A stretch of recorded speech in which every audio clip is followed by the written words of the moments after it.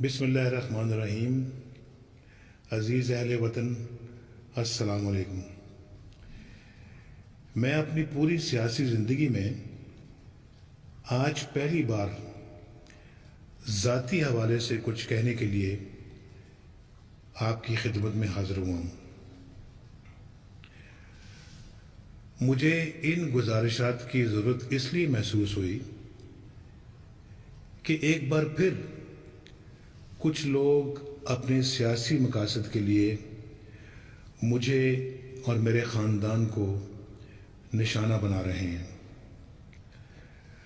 25 سالوں سے بار بار دہرائے جانے والے الزامات کو ایک بار پھر میڈیا پر اچھالا جا رہا ہے۔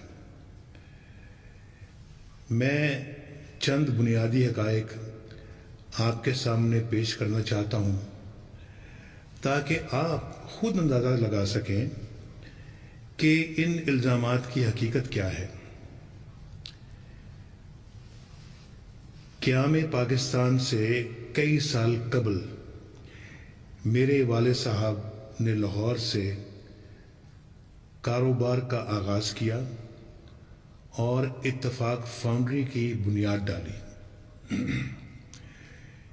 قیام پاکستان تک یہ ایک ماشاءاللہ مستحکم اور مضبوط صنعتی ادارہ بن چکا تھا۔ اس کی ایک شاخ ڈھاکہ میں یعنی مشرقی پاکستان میں بھی قائم ہو چکی تھی۔ یہ صنعتی ادارہ ہزاروں خاندانوں کو روزگار کی فراہمی کا ذریعہ بن چکا تھا اور قومی خزانے میں ٹیکسوں کی صورت اپنا حصہ ڈال رہا تھا۔ 16 دسمبر 1971 کو مشرقی پاکستان میں قائم اتفاق فاؤنڈریز سقوط ڈھاکہ کی نظر ہو گئی۔ اس کے ٹھیک 15 دن بعد 2 جنوری 1972 کو ذوالفقار علی بھٹو کی حکومت نے لاہور میں جو ہماری اتفاق فاؤنڈریز تھی اس پر بھی قبضہ کر لیا، اور یہ اس وقت مغربی پاکستان میں سٹیل اور مشینری اور انجینئرنگ کی سب سے بڑی صنعت بن چکی تھی۔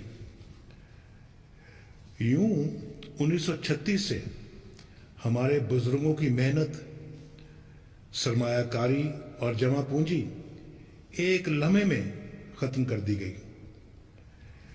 یہ ظلم اور زیادتی ہمارے والد مرحوم کے عزم اور حوصلے میں کوئی کمزوری نہیں پیدا کر سکی۔ الحمدللہ کوئی لمحہ ضائع کیے بغیر انہوں نے اللہ کا نام لے کر ایک بار پھر کمر باندھی اور بھٹو دور میں ہی 18 ماہ کے اندر اندر 6 نئی فیکٹریاں قائم کر لی۔ یہ وطن کی مٹی سے محبت، لگن، عزم اور ہمت کی ایک ایسی روشن داستان ہے جس کی مثال کم ہی ملے گی۔ اتفاق فاؤنڈریز جولائی 1979 میں ہمیں کھنڈرات کی شکل میں واپس ملی۔ ہمارے والد نے تباہ شدہ مالی حالت والے اس اجڑے ہوئے ڈھانچے کو دوبارہ ایک جاندار صنعتی ادارے کی شکل دی۔ انتہائی مشکل اور ناسازگار حالات میں عزم و ہمت کی اس داستان کا تعلق اس دور سے ہے میرے ہم وطنوں، جب میں نیا یونیورسٹی کی تعلیم سے فارغ ہوا تھا اور میرا یا میرے خاندان کے کسی فرد کا سیاست یا حکومت سے دور کا بھی کوئی تعلق نہیں تھا۔ اس عرصے کے دوران یہ ادارے ملک کی معاشی ترقی میں ایک توانا کردار ادا کرتے ہوئے ملکی خزانے میں کروڑوں روپے کے ٹیکس اور محصولات جمع کراتے رہے۔ اس زمانے میں خواتین و حضرات، جب ہم سیاست سے کوسوں دور تھے تو بھی ابتلا اور آزمائش سے گزرنا پڑا،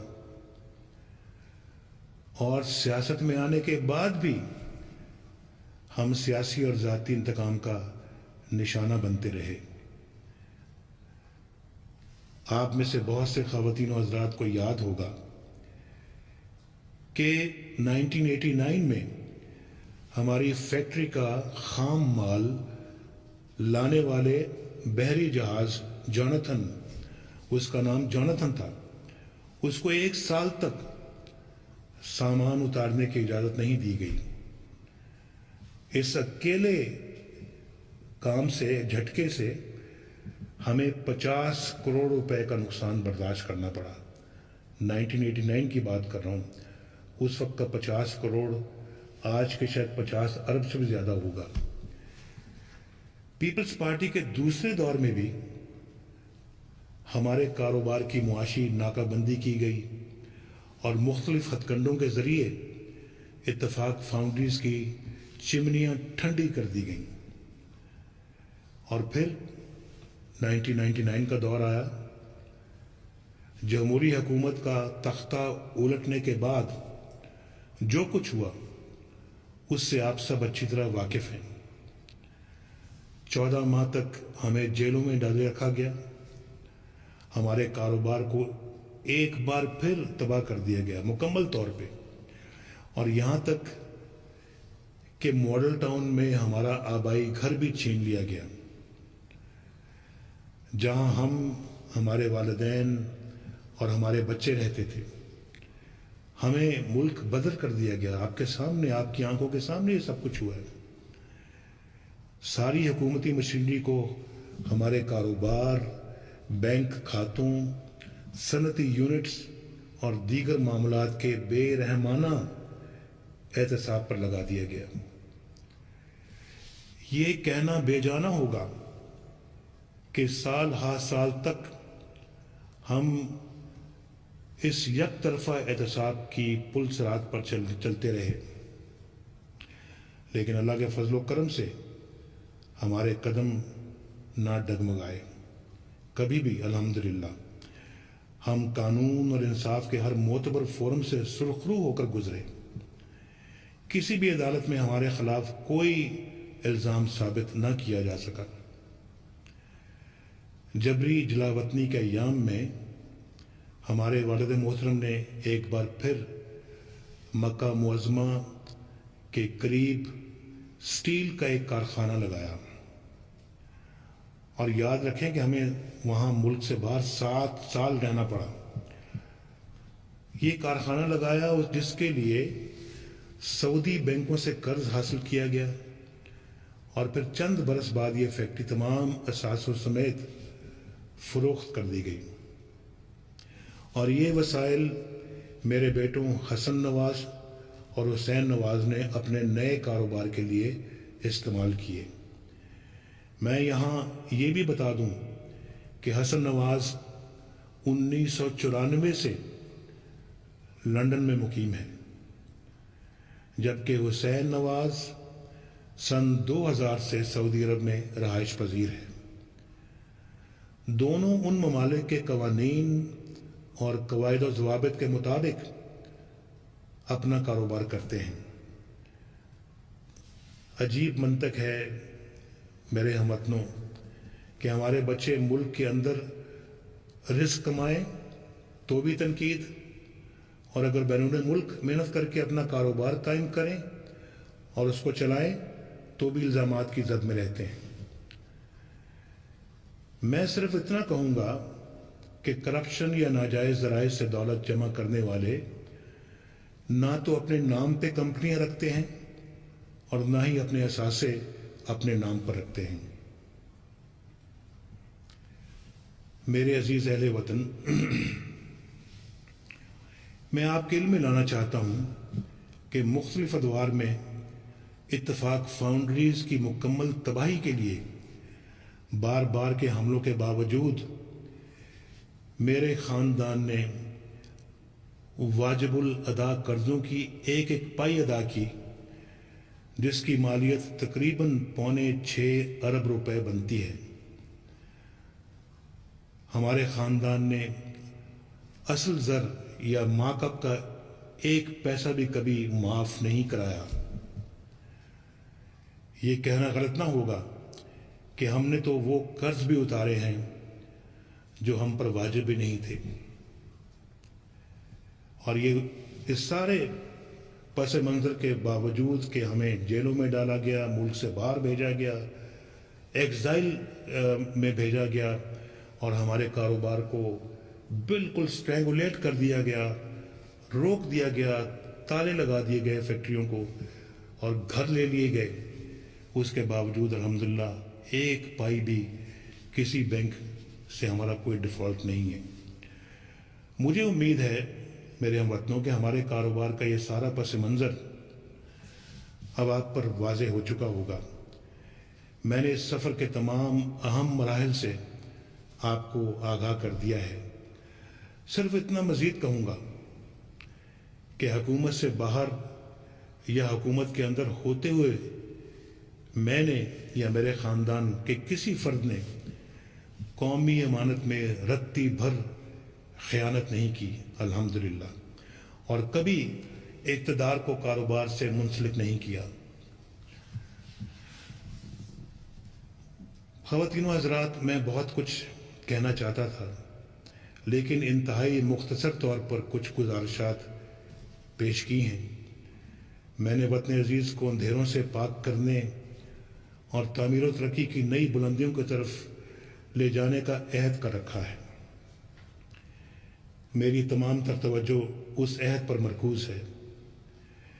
میرے پاس اتنا وقت نہیں کہ ہر روز الزامات کی الغار کرنے والوں کو جواب دوں اور وضاحتیں پیش کروں. میں الزامات کی تازہ لہر کے مقاصد خوب سمجھتا ہوں، لیکن اپنی توانائیاں اس کی نظر نہیں کرنا چاہتا.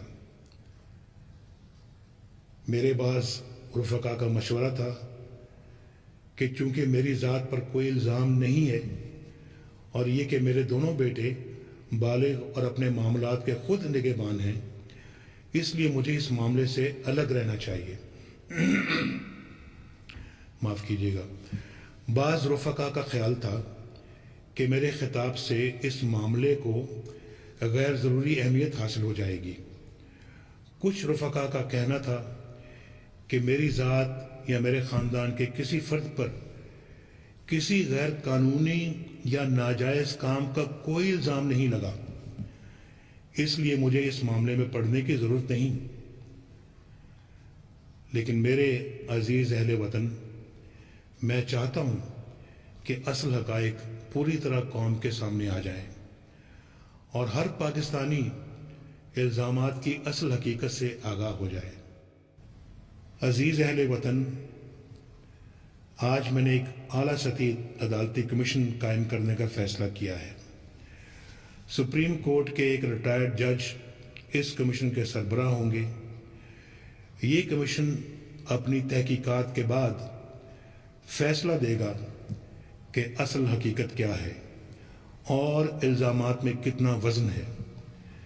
میں گھسے پٹے الزامات دہرانے اور روز تماشا لگانے والوں سے کہتا ہوں کہ وہ اس کمیشن کے سامنے جائیں اور اپنے الزامات ثابت کریں. اللہ تعالیٰ آپ کا حامی و ناصر ہو. پاکستان پائندہ باد.